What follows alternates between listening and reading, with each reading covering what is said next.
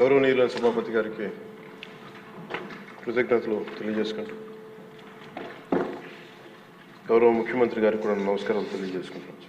GST సంస్కరణ మీదుగా ఆంధ్రప్రదేశ్ శాసనసభలో జరుగుతున్న ఈ చర్చలో భాగంగా ఈ దేశంలోని ప్రతి పౌరునికి ప్రత్యక్షంగాను పరోక్షంగాను లబ్ధి కలిగించే ఒక చారిత్రాత్మకమైన దిశానిర్దేశకమైన అంశంపై నేను ప్రకటన చేస్తాను. అధ్యక్ష, గౌరవ ముఖ్యమంత్రి శ్రీ నారా చంద్రబాబు నాయుడు గారి సూచనల మేరకు ఈ సమిష్టి నిర్ణయానికి మన రాష్ట్రం ఒక నిర్మాణాత్మక సహకారం అందించింది.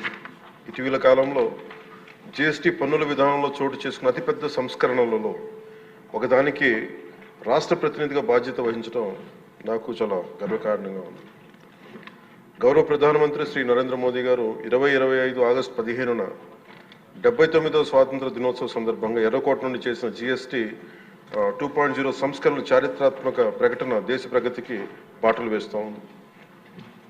ఈ సంస్కరణలను ముందుండి నడిపిన గౌరవ కేంద్ర ఆర్థిక మంత్రి శ్రీమతి నిర్మలా సీతారామన్ గారి కృషి ప్రత్యేకంగా అభినందనీయం.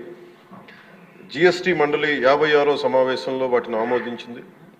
గౌరవ ముఖ్యమంత్రి శ్రీ నారా చంద్రబాబు నాయుడు గారి రాష్ట్ర ఆదాయాలకు ప్రత్యేకించి అనేక సందర్భాల్లో ముఖ్యంగా జిఎస్టీ వచ్చిన తర్వాత గౌరవ ముఖ్యమంత్రి గారు ఒక సందర్భంలో అన్న మాటలు రాష్ట్ర ఆదాయాలకి నష్టం కలుగుతున్నప్పటికీ కూడా సామాన్యుల ప్రయోజనాల కోసం ఈ విధానాన్ని మనం బలంగా సమర్థించాలని చెప్పి ఈరోజు వారు కూడా దీన్ని బలంగా సమర్థించారు. అధ్యక్షతని ఎందుకంటే మనకి ఆర్థిక ఆటుపోట్లని చూస్తూ కూడా వచ్చే ఆదాయం తగ్గిపోతున్న జిఎస్టీ సంస్కరణల వల్ల, కానీ దాన్ని ఇంకొకలాగా దాన్ని ఎలా పూడ్చుకోవాలని తెలిసి ఆయన ముందుండి దీన్ని మద్దతు తెలిపినందుకు వారికి నా కృతజ్ఞతలు తెలియజేస్తాను. ఈ చారిత్రాత్మక సంస్కరణలకు మద్దతు తెలిపిన తొలి రాష్ట్రంగా నిలిచింది నారా చంద్రబాబు నాయుడు గారి నాయకత్వంలోని ఆంధ్రప్రదేశ్ ప్రభుత్వం. జిఎస్టీ పన్నుల విధానాన్ని సులభతరం చేయడం ద్వారా సాధారణ ప్రజలకు ప్రత్యక్ష లాభాన్ని చేకూర్చి వ్యాపారులపై పన్నుల భారాన్ని తగ్గించి పన్ను వ్యవస్థలో పారదర్శకతను పెంచుతోంది. ఈ చారిత్రాత్మక సంస్కరణల పన్నుల విధానాన్ని సులభతరం చేసి వ్యాపార పరిశ్రమల అభివృద్ధికి సహకరిస్తుంది. ప్రజల పొదుపును పెంచి కొనుగోలు శక్తిని పెంపొందించడానికి, కొత్త పెట్టుబడులను ఆకర్షించి దేశాన్ని స్థిరమైన వృద్ధి మార్గంలో నిలపడానికి దోహదపడుతుంది. జిఎస్టీ రేట్ల సరళీకరణ ద్వారా ప్రజలు అధికంగా ఉపయోగించే వస్తువులు సేవలకు డిమాండ్ పెంచి ఉత్పత్తిని విస్తరించి కొత్త పెట్టుబడులను ప్రోత్సహిస్తుంది. తద్వారా ఆర్థిక వృద్ధికి దారితీస్తుంది. నిజంగా ప్రజలకి ఆర్థిక వ్యవస్థకి చాలా లాభదాయకమైన సంస్కరణ. రంగాల వారీగా చూసుకుంటే ముఖ్యంగా రైతుల కోసం ట్రాక్టర్లు, వ్యవసాయ యంత్రాలు, పరికరాలు మరియు ఇన్పుట్స్ పై పన్నులు తగ్గించడం వల్ల సాగు వ్యవసాయ వ్యయాన్ని తగ్గించి ఉత్పాదకను పెంచుతాయి. తద్వారా గ్రామీణ ప్రాంత ప్రజల ఆదాయాలు పెరుగుతాయి. ఆధునిక సాంకేతిక పరికరాల వినియోగం ప్రోత్సహించడం ద్వారా వ్యవసాయ వృద్ధి మరింత బలపడుతుంది. తక్కువ ఆదాయ కుటుంబాల కోసం పాలు కానీ, పెరుగు కానీ, పన్నీర్ లాంటి నిత్యావసర వస్తువులపై పన్ను 5% నుండి 0% తగ్గించడం ద్వారా రోజువారీ వ్యయాన్ని తగ్గిస్తూ ఉంది. నిత్యావసరాలు నెయ్యి కానీ, వెన్న కానీ, వంట పాత్రలపై పన్ను 12% నుంచి 5% తగ్గించడం కూడా కుటుంబ బడ్జెట్లకి ఇది చాలా ఉపశమనం కలిగిస్తుంది. అలాగే ప్రతి కుటుంబం కోసం ఉండే సబ్బులు కానీ, షాంపూలు కానీ, టూత్పేస్ట్ వంటి వ్యక్తిగత సంరక్షణ ఉత్పత్తులపై పన్ను 18% నుంచి 18% నుండి 5% పరిమితం చేయడం ద్వారా వాటి ధరలు చాలా గణనీయంగా తగ్గుతాయి. తద్వారా ఆరోగ్యం, వ్యక్తిగత పరిశుభ్రత మెరుగుదల కనపడుతుంది. మధ్యతరగతి కుటుంబాల కోసం కార్లు, ఫ్రిడ్జ్లు, టీవీలు, ఎయిర్ కండిషనర్లపై పన్ను 28% నుంచి 18% తగ్గించడం ద్వారా వాటి ధరలు అందుబాటులోకి వచ్చి ప్రజల జీవన ప్రమాణాలు మెరుగుపడతాయి.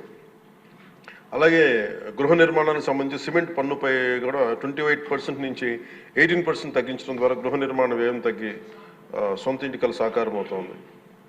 ఆరోగ్య రంగం కోసం ఔషధాలపై పన్ను 12% నుంచి 5%కి, అత్యవసర మందులపై పన్ను 5% నుంచి 0% తగ్గించడం ద్వారా రోగులకి చాలా కీలక ఉపశమనం కలిగి అందరికీ వైద్య సేవలు అందుబాటులోకి వచ్చి ప్రజా ఆరోగ్య సంరక్షణ మెరుగుపడుతుంది. ముఖ్యంగా బీమా రంగంలో జీవిత ఆరోగ్య బీమాపై పన్నుని 0%కి తగ్గించడం ద్వారా మరిన్ని కుటుంబాలు బీమా పొంది వారి జీవన ప్రమాణాలు మెరుగుపడితే వాళ్ళకి ఒక భరోసా ఇస్తుంది.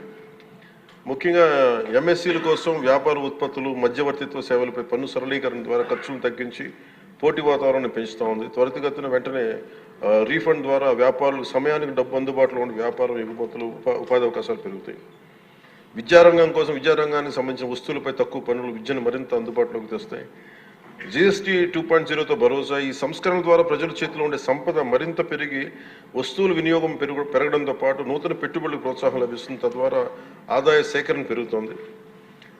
వాణిజ్య పరిశ్రమలకి సంబంధించి జిఎస్టీ సంస్కరణ విజయవంతమైన అమలు సహకరించిన అన్ని వాణిజ్య సంస్థలు, వ్యాపార సంఘాలు, పరిశ్రమ సంఘాలకు ఆంధ్రప్రదేశ్ శాసనసభ హృదయపూర్వక కృతజ్ఞతలు తెలుపుతోంది. ప్రజలకు లబ్ధి చేరేలా చేసిన ఈ భాగస్వామ్యం సమగ్ర వృద్ధిలో సాధనలో కీలకం. ఈ అవగాహన కార్యక్రమం ముఖ్యంగా జిఎస్టీ సంస్కరణ లాభాలు ప్రతి కుటుంబానికి చేరుకోవడానికి ఇది ఒక కార్యక్రమం చేపట్టాలని అందరం కోరుకుంటా ఉన్నారు అధ్యక్ష. జిల్లా నుంచి గ్రామ స్థాయి వరకు ఈ అందరికీ తెలిసేలాగా మరింత ఏమేమి తగ్గుతాయి, ఏవి బెనిఫిట్స్ ఉన్నాయి, ఇవన్నీ ప్రజలందరికీ తెలియజేసే ఒక కార్యక్రమం ఖచ్చితంగా రూపొందించాలి. దాని మీద మేము కోరుకుంటా ఉన్నాం. అలాగే ఈ రెవెన్యూ కానీ, కమర్షియల్ ట్యాక్స్, పంచాయతీ అధికారులు గ్రామ స్థాయిలో ప్రజలకు నేరుగా కలిసి వాళ్ళకి మమేకం వాళ్ళకి ఎలా లబ్ధి చేకూరుతుందో అది కూడా చెప్పగలగాలి. పరస్పర అవగాహనతో పాటు పలు మీడియా వేదికల ద్వారా విస్తృత ప్రచార కార్యక్రమాలు చేపట్టాల్సిన అవసరం ఉంది. ఈ కార్యక్రమం ప్రధాన లక్ష్యం ప్రతి కుటుంబం జిఎస్టీ సంస్కరణల గురించి తెలుసుకుని వాటిని లాభాలు పొందాలని మనస్ఫూర్తిగా కోరుకుంటూ ఆంధ్రప్రదేశ్ ప్రభుత్వం ఈ చారిత్రాత్మక మార్గదర్శక సంస్కరణలు ఆహ్వానిస్తూ ప్రజల ఆర్థికాభివృద్ధి కోసం వాటి విజయవంతమైన అమలుకు సంపూర్ణ మద్దతు ప్రకటిస్తోంది. థ్యాంక్ యూ అధ్యక్ష. జై.